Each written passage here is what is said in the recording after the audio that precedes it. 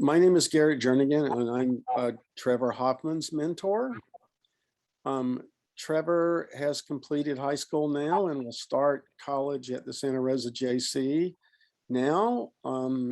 He lives in Sonoma County, California, where I also happen to live. I think most people seem to not be very close to their mentors, but in my case, I'm not that far away from him.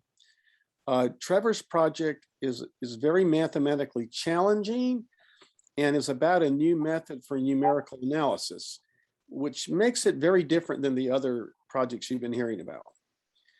He wrote his software in Python and JavaScript. At this point, Trevor's talk is a progress report on his work to date. He plans to continue working with me in the future to continue the project. It's been a lot of fun working with Trevor so far. I'll turn the talk over to him now. All right, can everyone hear me? Yes, we can. Okay, let me share my screen.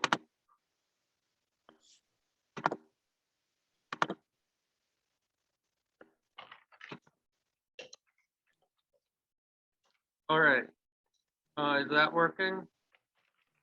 Yes. Okay, so Looks good. so this is my project, a novel numerical method for analysis. So, all right. So the overview. We have developed a novel numerical method for the analysis of experimental data. This approach was invented by combining two separate ideas for the first time. So we start with a Kolmogorov-Smirnov, or KS, test, which is a basic numerical method in statistics. So this test is not a usual choice compared to a chi-squared method, but because a KS test only works for one-dimensional data. So we have extended the method to higher dimensions by using the concept of a space-filling Hilbert curve. So a two-dimensional Hilbert curve orders the points in a special way that changes the sequence of points in two dimensions. The method first reorders the data as samples in one dimension according to the Hilbert curve in two dimensions. So once the data is converted to a one-dimensional form, we can proceed with the standard KS test. Since the Hilbert curve is defined in any dimension n, we can generalize the KS test to all higher dimensions n greater or equal to 1. So the Kolmogorov-Smirnov test, or KS test, is a method of testing how similar two sets of data are. It works by sorting each set of data from lowest to highest and finding the point where the difference between the two sets is the largest. So in this example here, the sets of data are represented by these two lines, the red and blue lines. And the arrow right here indicates the place where the gap between the two lines is the largest. So the vertical distance between this point and this point, that's where it's the largest. So the goal of analysis is to define a model for the data for which the KS. Oh, we're losing Trevor. I mean, we're losing your sound. Oh, okay, let me try moving closer. Is this better? Okay, yeah, now you're back again. Okay. All right, so the Hilbert curve. So the Hilbert curve is an example of a space-filling curve. A space-filling curve follows a path which covers all the area in the dimension of the curve. It is generated by repeatedly replacing a shape with four copies of itself. So this figure here shows a finite sample of an infinite Hilbert curve. Note, as you follow the Hilbert sequence, you always make unit steps. So you can see if you start here, you can sort of move along this path, always moving one unit. So the order of points of a 2D Hilbert curve can be used to arrange the values in 1D. Yeah, you're fading again. Oh, sorry. You can make an n-dimensional Hilbert curve that can be used to reduce any data set into 1D, which means we KS concept. This mathematical approach is the key novel aspect of the new analysis method. All right, so now we have an iterative example of the new analysis method. So the following sequence of slides shows how to use the generalized KS test for analysis.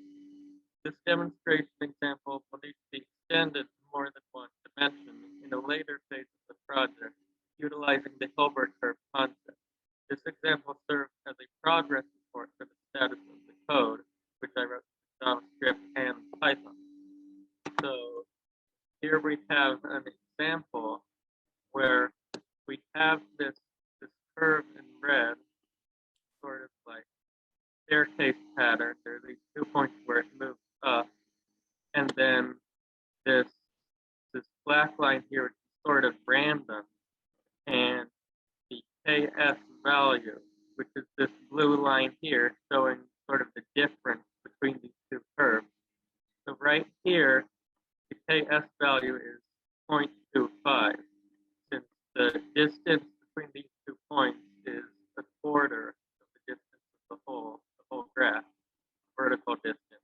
So there's a process to iterate this black line to change it so it more closely approximates the red line. So if I go to the next slide, we've gone through 4,000 iterations, and now this black line is sort of moved around randomly. There are jagged points, but also there are these points where it's sort of moving closer to approximate the shape of this red curve.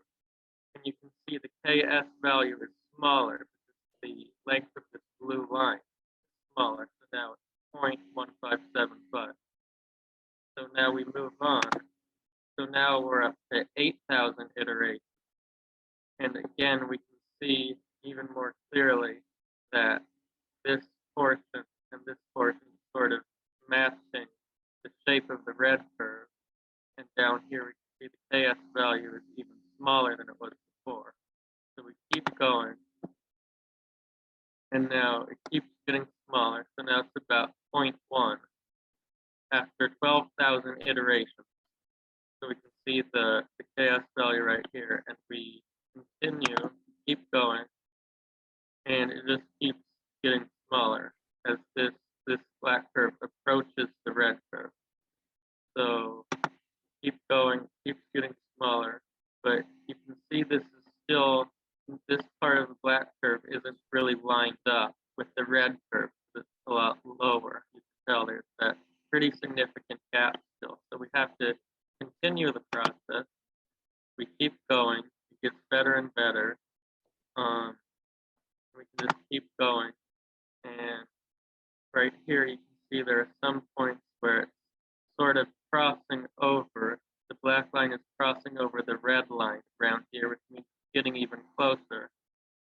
We keep going, and now you can see closer still. The KS value is really small, 0.0275, which means these are really close. We keep going up to 36,000 iterations. Now it's getting like really close. They're like two curves are like on top of each other. It's hard to tell them apart. Like there isn't really two distinct shapes anymore. And then one final time we iterate, and now this is the closest that we've gotten. The KS value has been minimized to just 0.01 after 40,000 iterations of this algorithm. So now we've successfully sort of lined up the black curve so it lies perfectly on top of the red curve. And that's it. That's the end of my presentation. Okay, well, I have to say this is the closest I've ever come to understanding what the KS test is. So that's good. That was a great tribute to your explanations. So let's give Trevor a round of Zoom applause. Good job.